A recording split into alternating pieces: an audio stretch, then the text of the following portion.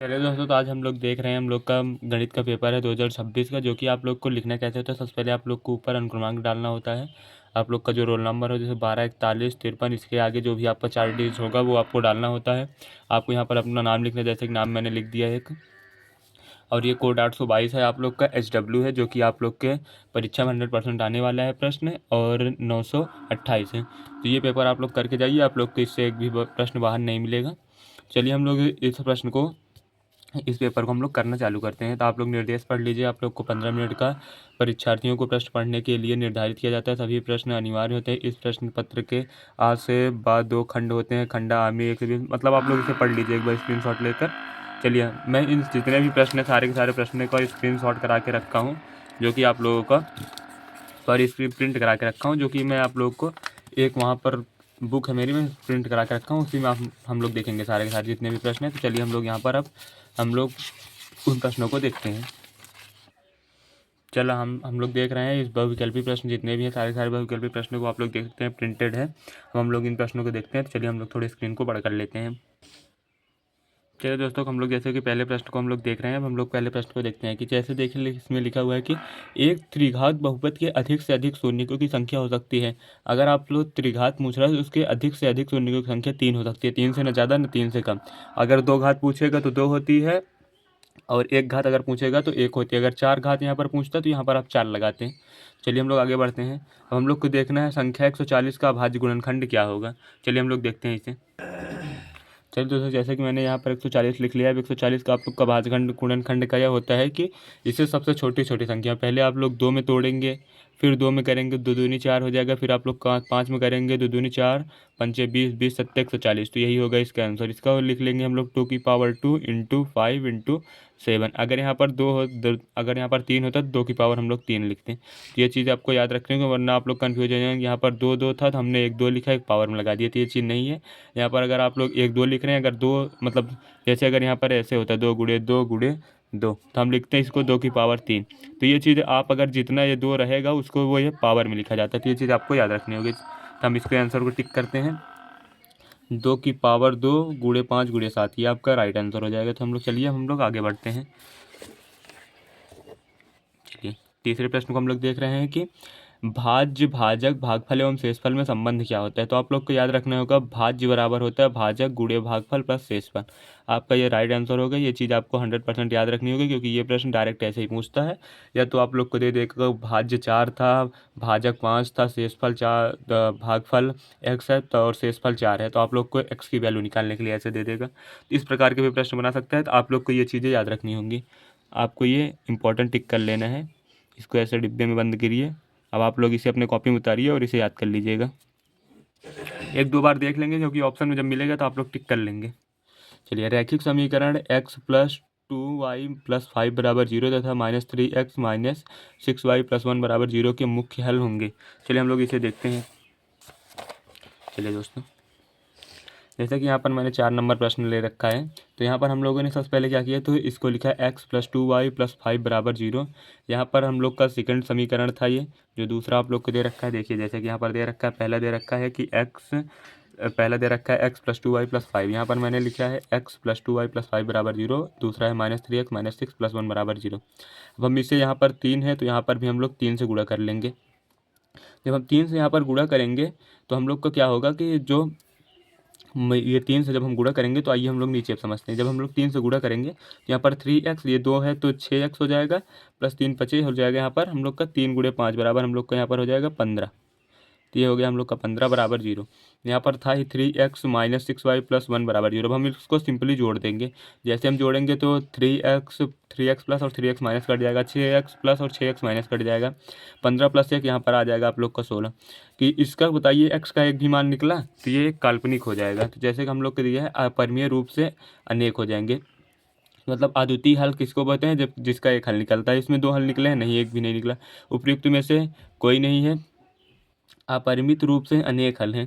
मतलब हम लोग को इसमें से क्या लगाना है कि अपरिमित रूप से अनेक हल इसके होंगे, क्योंकि x की वैल्यू अगर निकली होती तब हम लोग लगाते हैं कि उपयुक्त में से कोई नहीं है। तो आपको ये चीज़ें याद रखनी है। चलिए हम लोग आगे देखते हैं कि समांतर श्रेणी -5 -1 -3 7 का सर्वांतर क्या होगा। सर्वांतर इन दोनों जैसे दो संख्या दी है, जैसे इसमें दे रखी सीरीज ने, इन किसी भी दो संख्याओं के बीच के अंतर को ही हम लोग सर्वांतर बोलते हैं। जैसे -5 और -1 को हम लोग जैसे घटाएंगे तब हम लोग को देखिए क्या आता है। आप लोग सिंपली यहाँ पर समझिएगा, यहाँ पर देखिए -5 -1 जैसे हम लोग करेंगे तो -5 माइनस माइनस हो जाएगा +1 बराबर आ जाएगा -4।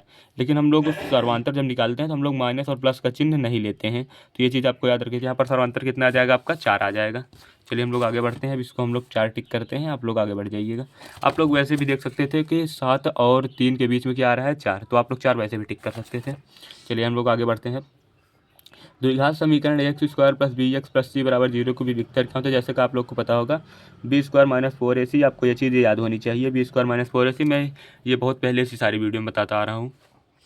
चलिए हम लोग को देखना है कि दो बिंदुओं 2,3 और 4,1 के बीच की दूरी क्या होती है। चलिए हम लोग देखते हैं अभी से। चलिए हम लोग को जैसे कि बीच की दूरी का निकालने का फॉर्मूला होता है d बराबर √x2 - x1 का होल स्क्वायर + y2 - y1 का होल स्क्वायर। अब आप लोग को यहाँ पर आप लोग ये कंफ्यूज होंगे कि यहाँ पर हम लोग x1 किसको माने x2 किसको माने। तो आपको जो सबसे पहला दिया रहता है उसको x1 और उसके बगल में जो रहता है उसको y1, फिर यहाँ पर x2 और इसको y2, आप लोग को ये मानना होता है। अब चलिए हम लोग यहाँ पर रखते हैं। जैसे d बराबर मैंने x2 माना था 4 को और x1 माना था 2 को, तो होल स्क्वायर +1 माइनस हम लोग यहाँ पर y2 1 था और 3 था वो y1, तो हम लोग 3 का स्क्वायर करें। अब हम लोग कहा गया यहाँ पर 4 में से 2 गया 2 का स्क्वायर प्लस यहाँ पर हो जाएगा -2, क्योंकि 1 में -3 जाएगा तो -2 का होल स्क्वायर। अब यहाँ पर 2 दूनी 4 हो जाएगा और 2 दूनी ये भी 4 होता है, क्योंकि माइनस माइनस प्लस हो जाता है, तो यहाँ पर 8 हो जाएगा d बराबर √ में। फिर हम लोग 8 का गुणनखंड करेंगे, 2 दूनी 4 दूनी 8। यहाँ पर से एक पेयर बन जाएगा 2 का 2, अगर मतलब किसी भी चीज़ का 2 होता है जैसे गुणनखंड में, जैसे 2 ही 2 था तो हम लोग एक बाहर कर लेते हैं, तो 2 √ 2 इसका आंसर आ जाएगा। ये चीज़ यहाँ पर 4 हो गया हम लोग का, ये जैसे कि आप लोग समझ चुके होंगे। फिर यहाँ पर 4 4 जोड़ेंगे 8 हो जाएगा। फिर d बराबर √ में 2 × 2, तो हम लोग का यहाँ पर एक पेयर बन गया 2 × 2 का ना, तो 1 2 बाहर हो जाएगा, तो 2 √ 2 आंसर आ जाएगा। चलिए हम लोग आगे बढ़। चलिए दोस्तों, हमको जैसे यहाँ पर दे रखा है कि ये द्विघात समीकरण 3x² - 12x + m के m बराबर 0 के मूल बराबर है, तो m का मान ज्ञात करना है। तो चलिए हम लोग यहाँ पर मूल जब बराबर होते हैं तो हम लोग का फॉर्मूला लगाते हैं b² - 4ac। चलिए हम लोग देखते हैं इसे। चलिए यहाँ पर आप लोग को जैसे कि दे रखा है क्वेश्चन नंबर 8 का, यहाँ पर हम लोग फार्मूला कहते हैं v² - 4ac = 0। तो हम लोग का v की वैल्यू क्या दे रखी है यहाँ पर -12, तो हम लोग रखेंगे -12 का होल स्क्वायर -4। यहाँ पर 4 था, a का वैल्यू 3 दे रखा है, m हम लोग का c जो था वो m ही है, तो हम लोग को m निकालना है। तो यहाँ पर हो जाएगा 12 बार हम 144 हो जाता है, प्लस का -12 बराबर 0। अब ये जो 44 100 है इधर जाएगा तो -144 हो जाएगा, ये -12, तो माइनस से माइनस ये कट गया, 12 बार हम 144 होता है, तो 12 हम लोग का राइट आंसर हो गया। चलिए हम लोग आगे बढ़ते हैं। हम लोग 12 आंसर टिक कर दें। चलिए, एक समबाहु त्रिभुज ABC की भुजाएं 2a हैं, तो उसके प्रत्येक शीर्षलंब की लंबाई क्या होगी। तो a√3 आपको रट लेना है कि a√3 होता है, और मैं इस चीज़ को आपको समझा भी दे रहा हूँ। चलिए, जैसा कि ये दे रखा है कि एक समबाहु त्रिभुज है। समबाहु त्रिभुज मतलब होता है कि ये भी 2 है, ये भी 2a है, या ये भी 2a ही है। तो जब हम लोग शीर्ष लंब डालते हैं तो ये जो होता है ये 90 डिग्री का बनता है, और इसे एक एक विभाजित कर देता है आधे आधे में। तो यहाँ पर 2 है और यहाँ पर 1 है, तो जैसे कि हम लोगों ने लगाया कि यहाँ पर हम लोग का पाइथागोरस प्रमेय लग गया कि ये कर्ण हो जाता है, ये आधार हो जाता है, और ये हम लोग का लंब हो जाता है। तो हम लोग को लंब भी ज्ञात करना है, तो कर्ण स्क्वायर बराबर लंब स्क्वायर प्लस आधार का स्क्वायर। कर्ण हम लोग का 2a है, 2a का स्क्वायर प्लस लंब का स्क्वायर प्लस आधार a है, आधार हम लोग का यही है, यहाँ से यहाँ तक ही है ना, तो आधार a का होल स्क्वायर। 4a² बराबर l² प्लस a² इधर ले आएंगे तो 3 हो जाएगा बराबर l²। यहाँ पर l जो है हम लोग का 3a² आएगा, तो l बराबर जब जो स्क्वायर है ये आगे आ जाता है, क्योंकि 2 बार रहता है तो एक बाहर आ जाता है, तो a√3 या 3√a दोनों आप लोग को दे सकते हैं, जो कि आपका दोनों आंसर राइट हो जाएगा। चलिए हम लोग आगे बढ़ते हैं। चलिए, निम्नलिखित सारणी का माध्य होगा, तो हम लोग को चलिए माध्य निकालना है। तो चलिए, अभी आप लोग को दिख नहीं रहा होगा प्रश्न को, चलिए हम लोग देखते हैं।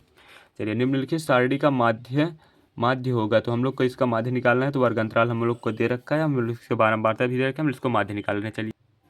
चलिए दोस्तों, हम लोग को जैसे कि वर्ग अंतराल दे रखा था इसका 1 से 5 तक, 3 से 5 तक, 5 से 7 तक, 7 से 9, 9 से 11। तो हम लोग को यहाँ पर वर्ग का माध्य निकालना होता है, तो जो ये दोनों है इसको सिंपली जोड़ो, 5 + 1 6/2 करना होता है, तो माध्य निकल जाता है, 3 हो जाएगा। 5 + 3 + 5 = 8/4 हो जाएगा। ऐसे ही करके मैंने सारे के सारे माध्य निकाले। अब आप लोग को भी आगे करके चेक करना है आगे। फिर इसका बारंबार तो दिया ही था, 3 2 4 2 3 दे ही रखा था 14। अब हम लोग को क्या करना है, जैसे एक्स आई है और एफ आई, इसका दोनों का मल्टीप्लाई करना होता है। इसका गुणा इसमें करना होता है, इसका इसमें करना होता है, जैसे कि मैंने किया देखा 3 त्रिक 9 4 दूनी 8। ऐसे ही सारे के सारे हैं, सारे के सारे का मल्टीप्लाई आप लोग को करना होता है इसमें। अब जब इसका आएगा तो फिर लास्ट में आप लोग को जोड़ लेना है। इसका भी बारंबारता का भी योग और इसका भी योग जो आया है फॉर एक्स आई। अब हम लोग को माध्य निकालना था, तो हम लोग का समांतर माध्य, माध्य बोले या समांतर माध्य बोले एक ही फॉर्मूला होता है। तो जो एफ आई एक्स आई जो आता है लास्ट वाला, उसमें अब हम लोग दे देते हैं बारंबारता से भाग। तो हम लोग का आंसर आ जाता है 6.2, जो कि लगभग में 6 ही आएगा। हम लोग इसका आंसर कितना टिक करेंगे, 6। चलिए हम लोग आगे बढ़ते हैं। चलिए यहाँ पर जो दे रखा है कि sine 27 degree upon cos 63 degree का मान होगा। इसका मान हम हर समय एक ही आएगा, क्योंकि आप लोग याद कर लीजिएगा, अगर इन दोनों का योग अगर साइन और कॉस में दे रखा है और अगर इन दोनों का योग अगर 90 डिग्री बन रहा है, तो आपको एक आंसर टिक करना होता है। ये चीज़ आपको याद रखनी होगी, क्योंकि अगर आप लोग वैसे करेंगे तो आपको टाइम ज़्यादा लगेगा, तो आपको टाइम वहाँ पर नहीं लगाना है विकल्प प्रश्नों में। चलिए हम लोग देखते हैं यहाँ पर कॉस a = √3/2, तो साइन 2a का मान क्या होगा। चलिए हम लोग इसे देखते हैं। चलिए दोस्तों, जैसे कि हम लोग को दे रखा है कि कॉस a = √3/2 बराबर a बाई के √3 बराबर होता है, कॉस a बराबर दे रखा है √3/2। तो ये जो कॉस होता है ना, ये आधार बटा कर्ण होता है हम लोग का। तो आधार आधार हो गया √3, कर्ण हो गया हम लोग का 2। तो यहाँ पर हम लोग, मैंने सब सारे फार्मूला बता दिया है, आप लोग को करना कैसे है। लंब बटा कर्ण होता है साइन थीटा, अगर साइन थीटा कहीं पर दिया है तो आपको लंब बटा कर्ण मानना है। कॉस थीटा आधार बटा कर्ण दिया है तो कॉस थीटा, लंब बटा आधार दिया टैन थीटा। अब जब आप लोग इसको कर्ण बटा लंब कर देंगे तो कौशक थीटा हो जाएगा, वो इसका अपोजिट होता है, बहुत कम पूछा जाता है आपके पेपर में। चलिए हम लोग यहाँ पर आधार हम लोग का कितना आ गया, √3, कर्ण हम लोग का 2 आ गया। तो यहाँ पर हम लोग अब लंब निकालते हैं। तो यहाँ पर हम लोग का लंब का फार्मूला होता है, लंब बराबर √ में कर्ण स्क्वायर माइनस आधार स्क्वायर। तो लंब बराबर हो जाएगा √ में कर्ण का स्क्वायर, 2 दिया है, कर्ण हम लोग का 2 है, तो 2 का स्क्वायर माइनस आधार दिया रखा है √3, 3 का स्क्वायर।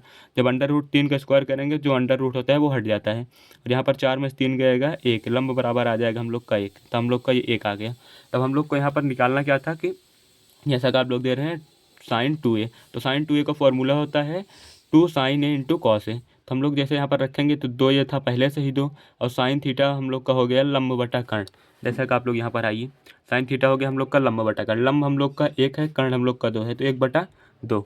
और हम लोग का कॉस तो हम लोग को पहले दिया था √3/2। अब हम लोग यहाँ पर 2 से 2 कैंसिल कर लिए, ये 2 से ये 2 कट गया, तो हम लोग का आ गया √3/2 आंसर। चलिए हम लोग आगे बढ़ते, हम लोग का आंसर हो गया √3/2। आगे बढ़ते हैं। चलिए दोस्तों, जैसे कि हम लोग का 13 है, ये 1 + tan square a upon 1 + cot square a का मान क्या होगा। तो इसका मान हम लोग का होता है tan स्क्वायर a। ये आपको याद रखना होगा, क्योंकि ये डायरेक्ट प्रश्न पूछा जाता है कि ये tan स्क्वायर a होता है। चलिए हम लोग को अब 14 नंबर देखना होता है। चलिए मैं ऐसे बता दे रहा हूँ, अगर आप लोग को नहीं आएगा, अगर 13 नंबर ऐसे याद नहीं होगा तो आप लोग करना कैसे होगा। चलिए हम लोग देख रहे हैं कि 1 + tan square a upon 1 + cot square a क्या होता है। तो चलिए हम लोग पहले 1 लिखे हैं, तो हम लोग जो 1 होता है इसको 1 लिखे रहेंगे। फिर tan स्क्वायर जो होता है वो sin square a upon cos square a होता है। फिर हम लोग का पूरे का बटा जो है ये हो गया। फिर 1 + cos स्क्वायर a, जैसे cot का होता है तो cos square a upon sin square a। ये चीज़ आपको याद होनी चाहिए कि ये तो आपको याद होगा ही। तो cos square a plus sine square हो जाएगा, ये जो है ना इसका एलसीएम जब लेंगे तो आप लोग cos स्क्वायर a का यहाँ पर मल्टीप्लाई हो जाएगा, प्लस साइन स्क्वायर a रहेगा ही रहेगा। तो cos square a plus sine square upon cos square a upon ये पूरा बटे है, फिर बटे में फिर हम लोग यहाँ पर साइन है तो इसका साइन का बटे हो जाएगा, sine square a upon cos square a। तो यहाँ पर जो sine square cos square a plus sine square a बराबर भी 1 होता है, साइन स्क्वायर a और cos स्क्वायर a बराबर भी 1 होता है। इन दोनों का वैल्यू क्या हो गया 1। तो 1 upon cos square upon 1 upon sine square. अब जो ये पूरे का बटा है, जो ये साइन होता है ये एकदम जो नीचे वाला होता है ये एकदम ऊपर जाता है, और ये जो होता है ये बीच में जाता है। तो यहाँ पर हो जाएगा sine square upon cos square है, साइन अपॉन कॉस स्क्वायर है, tan स्क्वायर है। चलिए हम लोग आगे बढ़ते हैं। चलिए हम लोग देखते हैं कि साइन 2a बराबर 2 sin a सत्य होगा जब a बराबर होगा। तो a बराबर 0 डिग्री पर ये सत्य होगा, क्योंकि यहाँ पर आप लोग 0 रखेंगे दोनों की वैल्यू ही 0 आ जाएगी, तो ये सत्य हो जाएगा, और किसी पे भी सत्य नहीं होगा।